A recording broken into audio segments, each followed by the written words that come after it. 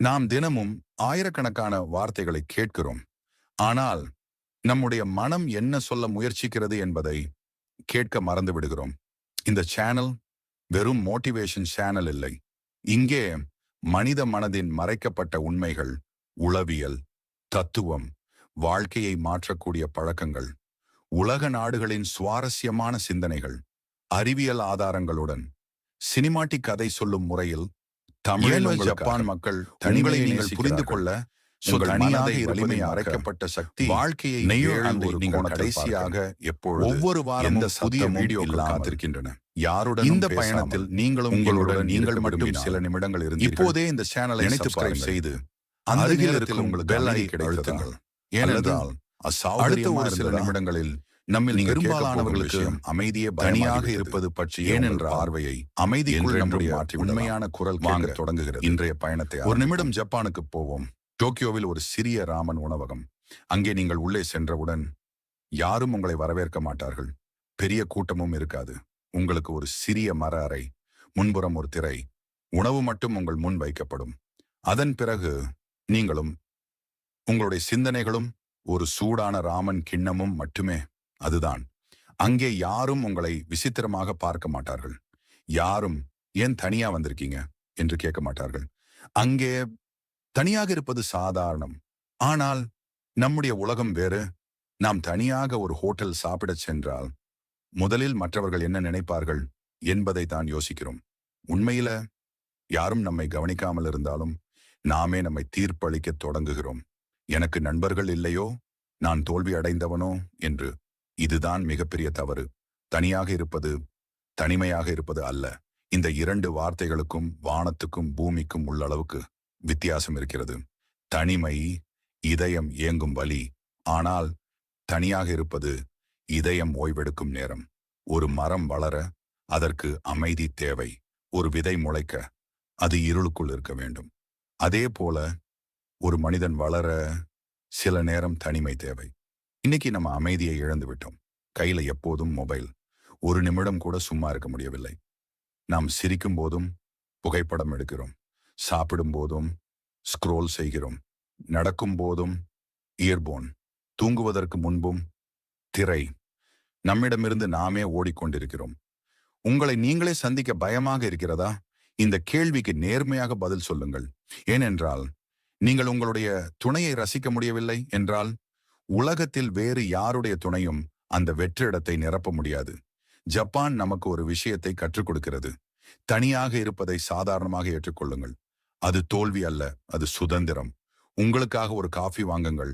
தனியாக ஒரு பூங்காவில் அமருங்கள். சூரிய அஸ்தமனத்தை அமைதியாக பாருங்கள். மொபைலை பையில் வையுங்கள். முதல் 5 நிமிடங்கள் கடினமாக இருக்கும். பிறகு உங்கள் மனம் மெதுவாக அமைதியாகும். நீங்கள் உங்கள் எண்ணங்களை கேட்கத் தொடங்குவீர்கள். அங்கேதான் உண்மையான மாற்றம் ஆரம்பமாகிறது. வாழ்க்கையில் நாம் சந்திக்கும் மிக நீண்ட உறவு நம்முடன் நமக்குள்ள உறவுதான். அதை அழகாக மாற்றாமல் வேறு எந்த உறவையும் முழுமையாக அனுபவிக்க முடியாது. ஒரு நாள் நீங்கள் தனியாக ஒரு காபி குடித்துக் கொண்டிருப்பீர்கள். சுற்றிலும் யாரும் இருக்க மாட்டார்கள். ஆனால் உங்களுக்கு எந்த வெற்றிடமும் இருக்காது. ஏனென்றால் அந்த நாளில் நீங்கள் ஒரு உண்மையை புரிந்திருப்பீர்கள். தனியாக இருப்பது என்பது உலகத்திலிருந்து தப்பிப்பது அல்ல, நம்மை நாமே மீண்டும் கண்டுபிடிப்பது. அதுதான் உண்மையான சுதந்திரம். மெதுவான இசை. இப்போது ஒரு கேள்வி. நீங்கள் கடைசியாக எப்போது உங்களுடன் நீங்கள் மட்டும் இருந்தபோது உண்மையாக மகிழ்ச்சியாக இருந்தீர்கள்? ஒரு விஷயத்தை நீங்கள் கவனித்திருக்கிறீர்களா? ஏன் தனியாக இருக்கும் நேரத்தில் மட்டும் கடந்த கால நினைவுகள் நம்மை தேடி வருகின்றன? ஏன் அமைதியாக அமர்ந்தவுடன் நாம் மறக்க நினைத்த விஷயங்கள் எல்லாம் மனசில் ஓட ஆரம்பிக்கின்றன? அது அமைதியின் தவறா? இல்லை, பல வருடங்களாக நாம் நம்முடைய மனதை கேட்காமல் ஓடிக்கொண்டிருந்ததின் விளைவா?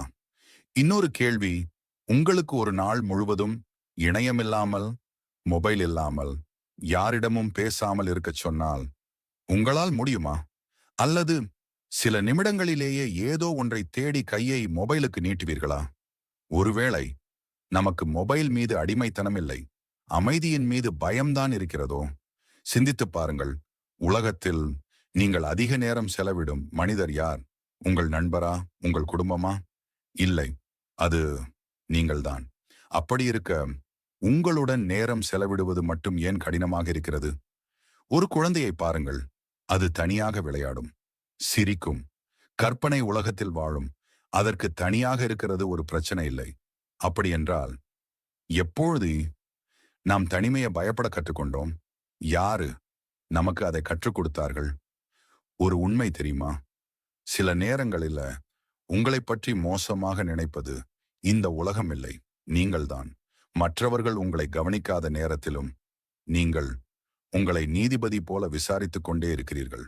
நான் போதுமா? என்னிடம் ஏதாவது குறையா? மற்றவர்கள் என்ன நினைப்பார்கள்?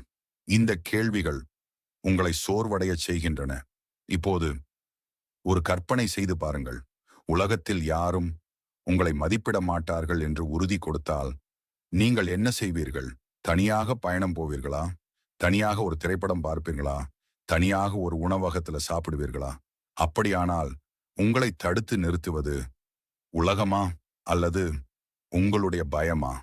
வாழ்க்கையில மிகவும் வலிமையான மனிதர்கள் எப்போதும் அதிகமாக பேசுபவர்கள் இல்லை, தனியாக இருக்க தெரிந்தவர்கள். ஏனென்றால் தனிமையை வென்ற மனிதனை வெளி உலகம் எளிதாக உடைக்க முடியாது.